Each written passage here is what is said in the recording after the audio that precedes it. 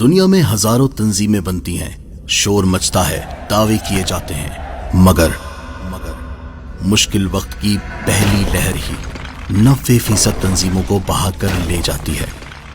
لیکن کیا آپ تصور کر سکتے ہیں کہ 1950 میں کراچی کے علاقے کھارادر سے اٹھنے والا ایک بچہ، جس کے پاس نہ کوئی بڑا خاندانی بیک گراؤنڈ اور نہ ہی بینک بیلنس، وہ تنے تنہا ایک ایسا عالمی نیٹ ورک کھڑا کر دے گا جو آج دنیا کے 190 ممالک میں پھیل چکا ہے؟ آخر کیا سیکرٹ فارمولا تھا اس شخص کے پاس؟ یہ صرف ایک شخصیت کی کہانی نہیں، یہ لیڈرشپ، حکمت عملی اور کرائسس مینجمنٹ کی ایک زندہ مثال ہے۔ تو آئیے اس کہانی کی گہرائی میں اترتے ہیں اور دیکھتے ہیں کہ ایک سادہ انسان نے کیسے دنیا بھر میں انقلاب برپا کر دیا۔ کہانی کو سمجھنے کے لیے ہمیں 1950 میں جانا پڑے گا۔ تاریخ ہے 26 رمضان 1369 ہجری، مقام کراچی۔ یہاں ایک غریب گھرانے میں ایک بچے کی پیدائش ہوتی ہے۔ نام رکھا جاتا ہے الیاس۔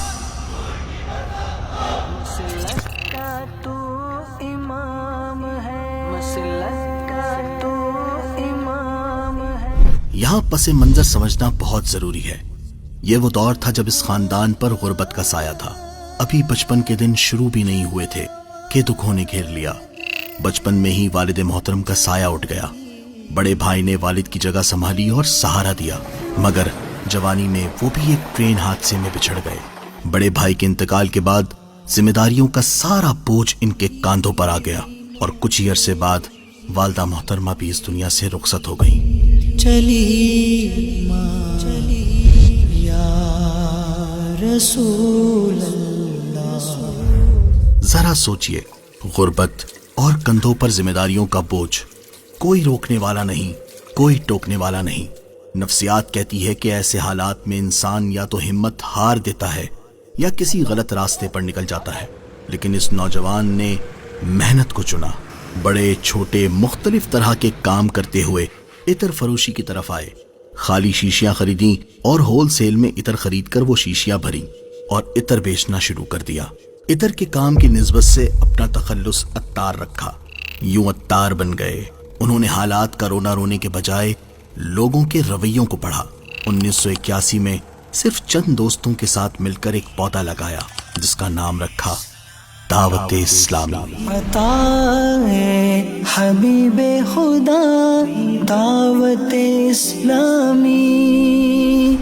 اب سوال یہ ہے کہ مذہبی جماعتوں کے ہوتے ہوئے یہی تحریک اتنی تیزی سے عالمی سطح پر کیسے پھیلی؟ اس کا جواب ان کے ایک چھوٹے سے جملے میں ہے: مجھے اپنی اور ساری دنیا کے لوگوں کی اصلاح کی کوشش کرنی ہے انشاءاللہ عز و جل۔ یہی دعوت اسلامی کا تنظیمی مقصد بھی ہے۔ ذرا غور کیجئے، اس میں پہلے اپنی اصلاح کی بات ہے جو انسان میں غرور پیدا نہیں ہونے دیتی، اور پھر ساری دنیا یعنی عالمی ویژن کی اسی سوچ نے ایک عام مزدور کو بھی خود اعتمادی دے دی کہ وہ بھی دنیا بدل سکتا ہے۔ امیر اہل سنت نے پرانے طریقوں کے ساتھ ساتھ جدت یعنی انوویشن کو ایسا اپنایا کہ سب حیران رہ گئے۔ امیر اہل سنت کی کامیابی کے پیچھے سب سے بڑا عنصر ان کی دور اندیشی۔ وہ دور اندیش کتنے تھے؟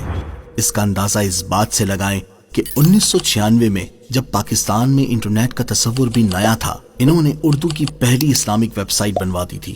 جب میڈیا کا دور آیا تو دوسروں پر تنقید کرنے کے بجائے اپنا مدنی چینل کھڑا کر دیا جو آج کئی زبانوں میں پوری دنیا میں دیکھا جاتا ہے۔ اسے کہتے ہیں فرسٹ موور ایڈوانٹیج، یعنی وقت سے پہلے وقت کی ضرورت کو سمجھ لینا۔ کمال کی بات یہ ہے کہ انہوں نے اپنی کتابوں میں مشکل الفاظ پر اعراب لگوائے تاکہ ہر کوئی آسانی سے پڑھ سکے۔ یہ بظاہر چھوٹی سی بات ہے لیکن عوام سے جڑنے کا بہترین طریقہ ہے۔ ایک لیڈر جانتا ہے کہ اپنے کام کو زندہ رکھنے کے لیے اگلی نسل میں سرمایہ کاری کرنا ضروری ہے۔ دنیا کے ساتھ ساتھ قدم سے قدم ملانے کے لیے دینی تعلیم کے ساتھ دنیاوی تعلیم بھی ضروری ہے۔ اسی لیے سن 2011 میں دارالمدینہ کے نام سے ایک ایسا اسکولنگ سسٹم شروع کیا جہاں دین کے سائے میں دنیاوی تعلیم اور اخلاقی تربیت بھی ساتھ چلتی ہے۔ آج دنیا بھر میں ان کے درجنوں کیمپسز اس ویژن کی گواہی دے رہے ہیں۔ لیکن دوستو، ایک لیڈر کا اصلی امتحان نارمل حالات میں نہیں، بحران یعنی کرائسس میں ہوتا ہے۔ یاد کریں، کووڈ-19 کا وہ خوفناک دور جب لوگ اپنوں سے دور بھاگ رہے تھے، بلڈ بینک خالی ہو چکے تھے، تب امیر اہل سنت کی ایک اپیل پر رضاکاروں کا ایسا سیلاب آیا کہ ہسپتالوں میں خون رکھنے کی جگہ کم پڑ گئی۔ اگر میرا خون کسی کام کا ہو تو میں حاضر ہوں کہ میرا خون میں ان مریضوں کو دینے کے لیے تیار ہوں۔ یہ سب اسلامی بھائی میدان میں آئے اور اپنے ان بیچارے دکھیارے بچوں کی مدد کریں۔ یہ ہے اثر و رسوخ کی طاقت۔ انہوں نے ہمیشہ نفرت کا جواب محبت سے دیا۔ اب آخر میں آپ کے سامنے ایک حیران کن حقیقت رکھنا چاہتا ہوں۔ اتنا بڑا نیٹ ورک، اتنی شہرت، اتنے پیروکار، تو یقیناً یہ شخص بہت لگزریس لائف گزارتا ہوگا۔ غلط۔ اس شخص نے آج تک اپنی ذات کے لیے 1 روپیہ نہیں لیا۔ سادہ زندگی، عاجزی اور معاف کرنے کا جذبہ، یہی وہ کردار ہے جس نے معاشرے کے بگڑے ہوئے افراد کو تبدیل کر کے نیک انسان بنا دیا۔ امیر اہل سنت کی یہ کہانی ہمیں سکھاتی ہے کہ اگر نیت صاف ہو اور قدم مستقل ہو تو منزل مل ہی جاتی ہے۔ تنہا چلا تھا ساتھ تیرے، ہو گیا جہاں، میٹھا تیرا کلام ہے۔ الیاس قادری۔ میرا عطار ہے، پیارا عطار ہے، پیر عطار ہے، سوہنا